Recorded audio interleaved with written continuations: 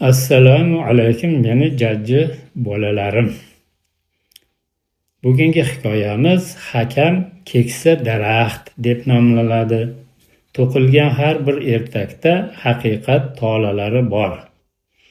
Kunlardan birida keksa daraxt quyosh va obi hayot beruvchi bulut o'rtasida janjal bo'layotganini eshitdi.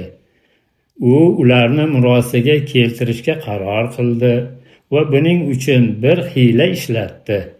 Daraxt quyosh va bulutga murojaat qilib, kim odamlarni eng ko'p sevar ekanligini isbotlasa, uni qimmatbaho mukofot bilan taqdirlayman dedi. Quyosh g'urur bilan javob berdi: men mukofotni juda yaxshi ko'raman. Odamlar esa meni har tong ardoqlab kutib olishadi. Ularga yorug'lik va iliqlik ulashaman. Bulut esa unga qarshi chiqib, balki men odamlarga sevimliroqdirman. Axir men ularga suv beraman. Agar uzoq vaqt ko'rinmay qolsam, odamlar yaratgandan yomg'ir so'rab duo qilishadi. Yomg'ir yog'dirib, mo'l-ko'l obi hayot ulashaman.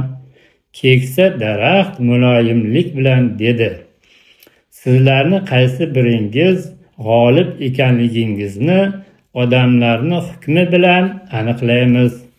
Sinov boshlandi.